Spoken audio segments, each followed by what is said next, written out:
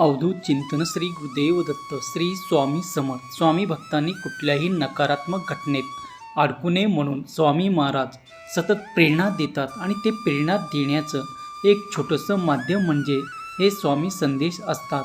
आजचे स्वामी संदेश सांगण्यापूर्वी प्रत्येक स्वामी भक्तासाठी हा संदेश आहे. 20 मार्चला स्वामी महाराजाचा प्रकट दिन आहे. त्याआधी हा संदेश तुम्ही प्रत्येक रात्री लक्षपूर्वक ऐका. वर दिलेल्या 2 अंकापैकी एक अंक निवडायचा आहे आणि स्वामी तुम्हाला काय सांगत आहे हे जाणून घ्यायचं आहे. स्वामी सांगतात, बाळा, जेव्हा सगळे दरवाजे बंद होतात तेव्हाच देवाचा एक दरवाजा उघडतो. तुझ्या डोळ्यात आज पाणी आहे, पण देवाच्या नजरेत तुझं भविष्य आहे. कारण आज तो एकटा नाहीस. देव रोज तुझ्यासोबत, तुझ्या पाठीशी चालत आहे. आज संकट मोठे वाटते तुला, पण देवाची कृपा त्याहून मोठी आहे. होय बाळा, देव उशीर करतो पण अन्याय कधीच करत नाही. तुझी शांतता म्हणजे देवावरचा विश्वास. कारण जिथे माणूस सोडून जातात तिथे देव सोबत येत असतो.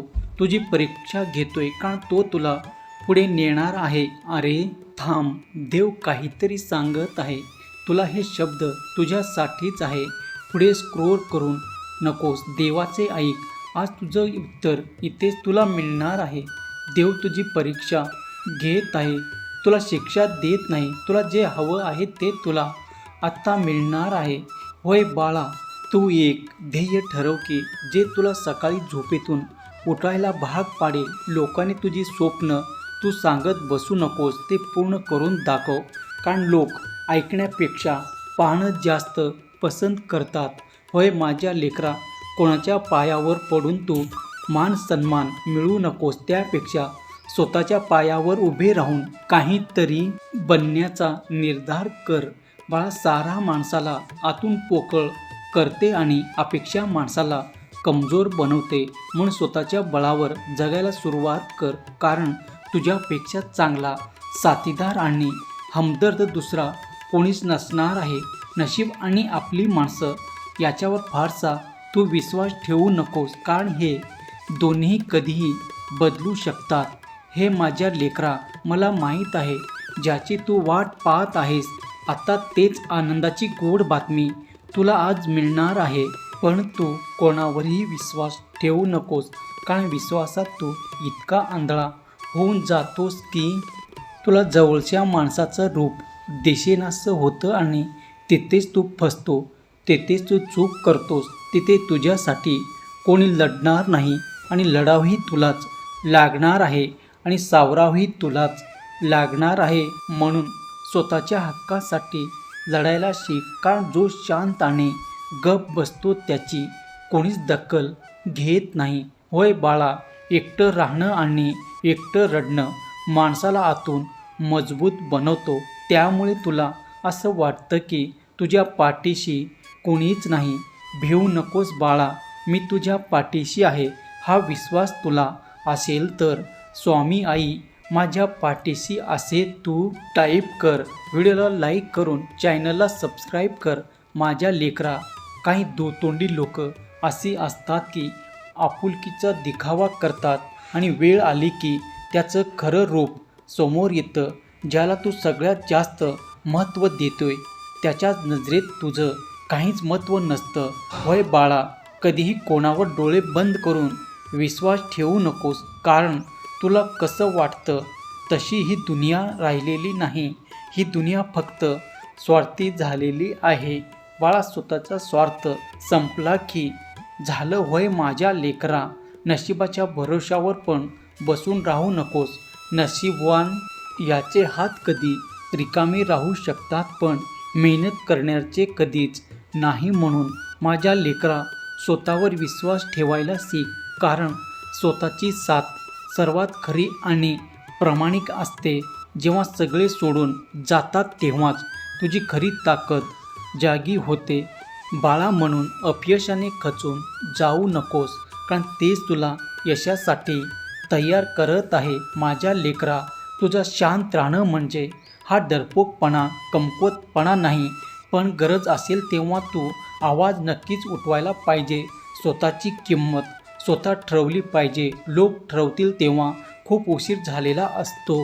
माझ्या लेकरा, प्रत्येक दुःख, प्रत्येक संकट, प्रत्येक जखम हे तुला तोडायला, दुःख द्यायला नाही तर तुला घडवायला आलेले असते. एकटेपणातून आत्मनिर्भरतेचा जन्म होतो. आज तो संघर्ष आहे बाळा, तोच उद्या तुझी ओळख बनणार आहे. म्हणून या संघर्षाला तू घाबरू नकोस. भय माझ्या लेकरा, वेळ कठीण आहे पण तुझी हिंमत त्याहून मोठी आहे. स्वतःसाठी उभा राहायला शिक, कारण शेवटी तुला स्वतःला वाचवायचं आहे. माझ्या लेकरा, तुझा प्रामाणिकपणा, तुझा बोल न तुझ्यासाठी घातक ठरत आहे. पण बाळा, कमी बोलणारे लोक अधिक समजूतदार असतात, कारण ते समोरच्याचं नीट ऐकून समजून मगच उत्तर देतात. बाळा, प्रत्येकाच्या मनात शिरायला हे कपटी लोक प्रयत्न करतात आणि बघ त्याच्यामुळे आपले कुपीत हे उघडे पडतात आणि आपल्याला त्रास होत असतो. बाळा, आपल्या भूतकाळचा सतत विचार करणे तू थांबव. जे झालं ते झालं आता. असं काही कर की तुझं वर्तमान खराब होणार नाही. होय माझ्या लेकरा, माझ्या बाळा, तुला अपयशाची भीती वाटत असेल तर तू यशाकडे लक्ष देत असतील तर पूर्णपणे स्वतःचे चिंतन कर. अपघाताच्या भीतीने ग्रस्त आहेस तर ईश्वराचे मार्गदर्शन आणि संरक्षणाचे मनन कर. मृत्यूची भीती वाटत असेल तर चिंतन शाश्वत जीवनाचा विचार कर. ईश्वर म्हणजे जीवन आणि साध्य तेच तुझं जीवन आहे बाळा. वय बदलीचा प्रतिष्ठापनेचा नियम हा भीतीवरील तोडगा आहे. तुला एखादी गोष्ट जर भीती वाटत असेल तर त्या समस्येचं उत्तर तुझ्या इच्छेच्या रूपात हजर असतो. जर तू आजारी असशील तर पूर्ण आरोग्याची इच्छा कर. होय, जर भीतीच्या कैद्यात आहेस तर मुक्तीची इच्छा कर बाळा. भाग्याची अपेक्षा कर. मानसिकरित्या चांगल्या गोष्टीवर लक्ष केंद्रित कर आणि जाणून घे की तुझं अंतर्मन नेहमी तुला चांगुलपणाचे उत्तर देत आहे, कारण अंतर्मन कधीही चुकत नाही. बाळा, तुला ज्या गोष्टीची भीती वाटते त्याचे खरे तर अस्तित्व अत्यंत नसतातच. हे फक्त तुझ्या मनातील विचार आहेत. विचार नेहमी सर्जनशील असतात बाळा. म्हणून तू एक गोष्ट लक्षात ठेव, भीती पाठी भर्म राक्षस म्हणतात. म्हणून तू चांगले विचार कर, तुझे चांगलं होणार आहे.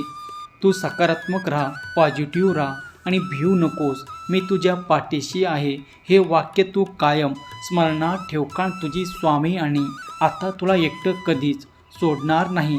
ना काल ना आज, उद्या. फक्त तुझा विश्वास स्वामी आईवर असू दे. हा विश्वास असेल तर होय माझा विश्वास आहे असे टाईप कर आणि हा संदेश आपल्या प्रियजनांना शेअर कर बाळा. तुझे विचार तुला स्वस्थ आणि अस्वस्थ करणारे आहेत. ते ताकद तुझ्यात आहे. ते तुझं फक्त चांगल्या विचारामुळे आहे. तेव्हा तुझ्यासोबत विचारांना ईश्वराच्या शक्तीची साथ लागते. होय बाळा, तू खूप चांगला आहेस, मला माहीत आहे. बघ, तुला असं वाटतं की तुझा कोणीही नाही, पण तुझी स्वामी आई सदैव तुझ्या पाठीशी आहे. विश्वास असेल तर लव यू गॉड असे टाईप कर.